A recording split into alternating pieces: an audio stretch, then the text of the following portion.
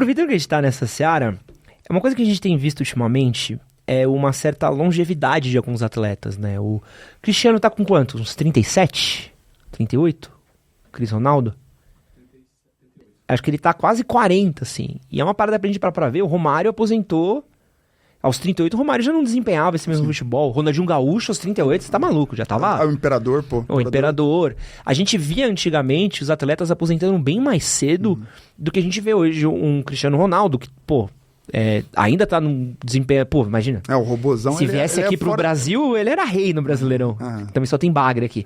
Mas o próprio Messi tem um desempenho muito bom. A gente olhar aqui pra dentro do Brasil, a gente pode olhar o próprio Suárez, pode olhar o Hulk, né? O Hulk voando, né? Você tá maluco. Cara...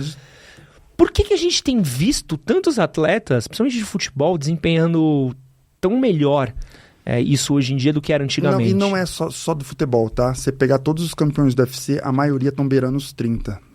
Há um ano atrás, todos eram acima de 30, tá? E hoje, se não me engano, tem um que é abaixo de 30, o resto todos é acima de 30 também.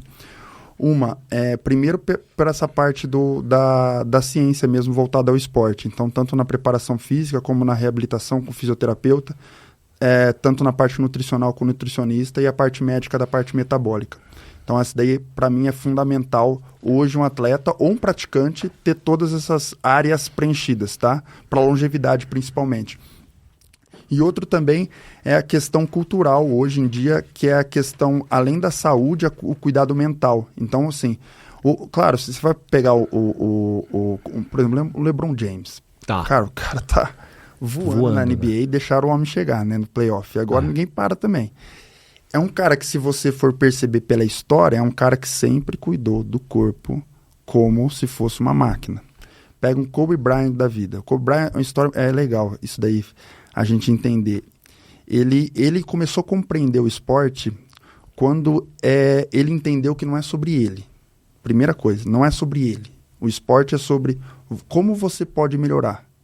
Isso é uma análise que pode ser fria. Por exemplo, ele notou que com 13 anos, tá? Ele notou isso. Ele notou que o pessoal treinava 3 vezes na semana. E ele, com 12 anos, ele era o pior que tinha. Ele não fez nenhum ponto no campeonato. E ele notou que ele precisava treinar quantas vezes para dobrar essa vantagem que os outros estavam em cima dele e dobrar para cima. E 14 anos ele foi eleito o melhor jogador do estado. Então, assim, ele já tinha essa mentalidade que ele identificou como que ele podia progredir, tá? E daí você pega ele depois, quando ele entrou na NBA, ele notou que ele cansava no final do jogo e ele não tinha perna. E o arremesso dele ficava curto. O que ele notou? Eu tenho fraqueza na perna. No ano que vem eu vou trabalhar minha função na perna. Então, assim, essa maneira de um atleta identificar é mais difícil, o próprio atleta se identificar. Ele é totalmente fora da curva. Ele é um cara que treinava musculação 4 horas da manhã. Se todo mundo acordasse às 4, ele ia treinar às 2. Ele fez isso já, entendeu? Quando todo mundo começou a treinar junto com ele, foi para as 2 horas. Então é um cara que conseguia identificar. Mas muitos atletas não identificam. E daí, quer dizer, e ele também tinha a equipe multidisciplinar, o LeBron James tem. E hoje não, todo mundo tem uma equipe multidisciplinar. Então eles conseguem enxergar a fraqueza do atleta. Ele consegue hoje, através de exames de sangue... Você já percebeu que às vezes o cara tá voando no time e de repente ele vai descansar um jogo, tá? Por quê? Porque dosam CPK, PCR, aumenta a atividade inflamatória muscular, pode provocar lesão. E esse cara, se ele lesionar a parte muscular... Ferrou. Eu tô falando que é um cara que ganha 1 milhão por mês. É um prejuízo, né? O maior prejuízo no esporte é com lesão, cara. Então, assim, a importância de uma equipe multidisciplinar para um time de um Real Madrid, um Barcelona, ela é às vezes mais importante que muito atleta. Porque, assim, ela vai fazer com que o Cristiano Ronaldo jogue a temporada toda. Porque é uma parada muito doida, né? O Léo acompanha bastante futebol há bastante tempo. Pô, quando a gente era moleque, era normal pra caramba você ver atleta se lesionando, assim. Ronaldo... e era comum, os caras iam, machucava mesmo, ficava um ano fora, ficava às vezes tipo coisa de muito tempo e uma lesão cabulosa, né? Cara, o que é legal, assim, quando você vai estudar um pouco da genética, a gente sabe que tem pessoas que têm fibras diferentes das outras, fibras brancas, mais rápidas, que são aqueles atletas de potência. E dependendo do grau de quantas fibras que ele tem, isso é genética, tá? Você pode melhorar elas só que assim, quem tem mais... Por exemplo, um atleta que é lento nunca vai ser rápido. Tá. Ele pode ser um pouco mais rápido, mas nunca vai ser um velocista. Tá. E um atleta velocista, ele não vai conseguir fazer uma corrida tão longa, porque o predomínio dele é de fibras mais rápidas, de explosão. Tipo um Bolt. 100 metros. O Bolt. O Bolt é engraçado, a história da vila dele. Ele veio de um lugar da África, que a Jamaica, na verdade, só tem corredor. Uhum. Daí eu vou falar um pouco... Vou continuar, depois eu volto ali. Tá. A Jamaica só tem corredor... um país que tem mais corredor de 100 metros rasos. Né? Uhum. O que acontece? Quando foram estudar a parte genética, principalmente da aldeia do Usain Bolt, verificou que aquela aldeia tem muita gente com fibra muscular rápida. Tá? E daí, o que foi visto, da onde eles vieram, era uma tribo de guerreiros. Aí, os melhores guerreiros foram colocados no navio. Desse navio, os melhores sobreviveram, porque muitos morriam, e foram habitar a Jamaica. Então, a Jamaica é um berço de pessoas com fibras rápidas. Provavelmente no Quênia deve ter uma de longa duração. E daí, tipo, isso é pela escravidão, né? Pela dissipação dos povos. Mas daí você pega o americano. Tem muito americano ali que veio dessa tribo também, indiretamente, ou veio da África, a maioria dos corredores de 100 metros rasos. Na Jamaica, a corrida de 100 metros é uma cultura. Então, tipo assim, não tem a NFL. Inclusive, é o exemplo que eu vou dar. Da NFL nos Estados Unidos para corrida na Jamaica. Paralelo. Então, assim, essas pessoas que se destacavam lá viravam corredores de 100 metros, que era a chance deles serem conhecidos no mundo, ganhar dinheiro. Nos Estados Unidos, não. Se você for pensar o corredor de 100 metros e o cara da NFL, quando ele chega no college, o cara é bom nos dois. Tanto é que teve um receptor da NFL que ganhou já no college de um cara que ganhou bronze pelos Estados Unidos. Por quê? Porque o poder aquisitivo é maior. Então, o cara prefere ir para a NFL.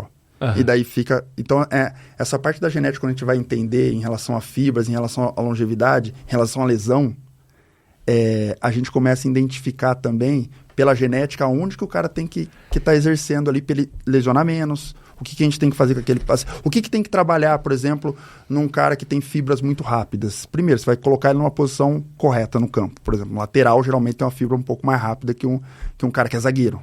Pode né? crer. Só que tem zagueiro que tem uma potência muito rápida. Aí você pega um cara que tem muito músculo, ele tem um potencial de fibras rápidas muito... Se ele for encurtado, ele vai aumentar o risco de lesão. Então você tem que trabalhar mobilidade, trabalhar alongamento. Então, uma coisa que é uma visão que parece... Porque, mas se você for jogar para um atleta de alto rendimento, e daí você joga para essa clínica também, entendeu? Você identifica se o cara tem um encurtamento, se o cara tem... Esse cara aqui é... então isso faz sentido, por exemplo, não adianta mais a gente ter aquela mesma técnica de puxar um treino, por exemplo, para os 30 jogadores do elenco fazerem o mesmo treino. Não tem. Cada um tem que fazer um trabalho diferenciado. Eu acho que isso é o grande diferencial dos grandes clubes, na verdade. E assim, a consciência do atleta está chegando. Nos Estados Unidos já chegou faz tempo, mas aqui no Brasil também. E daí, isso que eu acho assim, ó, que o brasileiro tem uma coisa, o atleta brasileiro tem uma coisa que é diferente de todos, tá? Você pega o americano, ele passa pelo college, correto? E daí ele escolhe o que ele vai querer ser. E daí ele inclusive, por exemplo, o Kobe Bryant pulou o college e foi direto para a NBA. Mas ele escolheu uma faculdade para fazer. E o brasileiro, o atleta da favela, o que ele vai ter que fazer? Não tem. Ele vai ter que trabalhar de tudo, vai ter que pedir dinheiro no sinal. Mas ele tá ali, entendeu? Então assim... Tudo bem, a parte genética tem envolvido, mas a vontade, eu acho que ela supera tudo, entendeu? Então, assim, dessa parte de alto rendimento eu penso nisso. Por isso que eu falo dessa longevidade no esporte. Quem tá com essa parte física redonda e com a vontade, ele pode hoje chegar nos 40. Ciborgue da vida, que é do jiu-jitsu, o cara tem mais 40. É bizarro. Glover Teixeira, cara. Glover Teixeira, acho que é o maior exemplo na luta de longevidade, espera... Porque o cara queria ser o campeão do UFC. E ele ficou 5 anos sem poder entrar nos Estados Unidos. Ele esperou esse tempo. Caramba. Ele não desanimou. E, você ser um atleta de MMA, acompanha muita gente de MMA. Aqui no Brasil não dá dinheiro. Nada. O cara não consegue sobreviver bem. Entendeu? E esse cara teve a perseverança de conquistar ali, passo a passo, e mexer no corpo dele. O cara é uma rocha, entendeu? Cada vez que eu vi ele no UFC, parecia que ele tava mais pesado. Então, para mim, isso daí no esporte é encantador. E eu tenho uma mania de... Como eu sou ortopedista, eu olho para tudo. Então, se eu olho uma pessoa e falo, puta, aquela pessoa podia ser boa naquele esporte ali, né? Você começa a ficar meio pirado e é legal isso. Eu acho que... E o próprio atleta, a consciência corporal dele, permite ele, às vezes, ele mesmo entender de uma maneira intuitiva o que ele tem que fazer, entendeu? Isso é muito legal. Eu acho que o esporte é fantástico por causa disso. E no paciente, no robista, você também tem que identificar para dar longevidade para ele. Então, essa equipe multidisciplinar, junto com o olho clínico e individualidade, é essencial hoje para qualquer praticante do esporte, tá? Qualquer nível. Esse que você acabou de assistir foi um corte do nosso podcast com o Dr. Matheus. Se quiser assistir o episódio completo, pode clicar aqui do lado para ver. E aproveita que você tem 15% de desconto nas suas compras na Quack Store. Cupom MHM15, link na descrição do vídeo e no primeiro comentário fixado.